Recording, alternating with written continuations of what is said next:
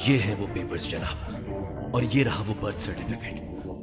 अब से सलमान आप ही का बेटा है। जुल्फिकार, याद रखो, ये एक राज है।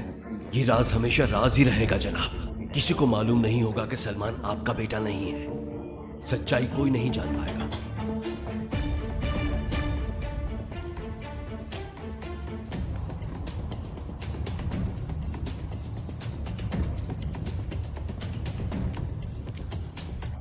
मैं तुम्हें सिर्फ इतना बताना चाहता था कि मैं अब अपनी बेटी के साथ जाऊंगा। ठीक है, कब आना है? थोड़ा जल्दी नहीं हो सकता क्या? ऐसा है क्या?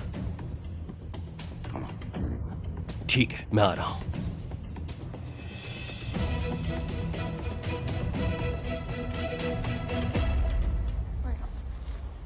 सर, आपकी चाय।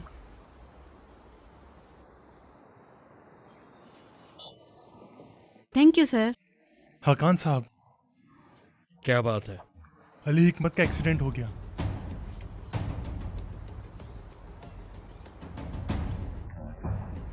क्या वो मर गया? मालूम नहीं, लेकिन वो हॉस्पिटल में है। हम पता लगा लेंगे। मुझे बताओ और क्या खबर है?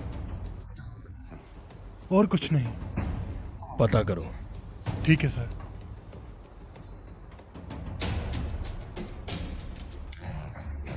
तुम इतनी आसानी से नहीं मरोगे, नहीं मरोगे आसानी से।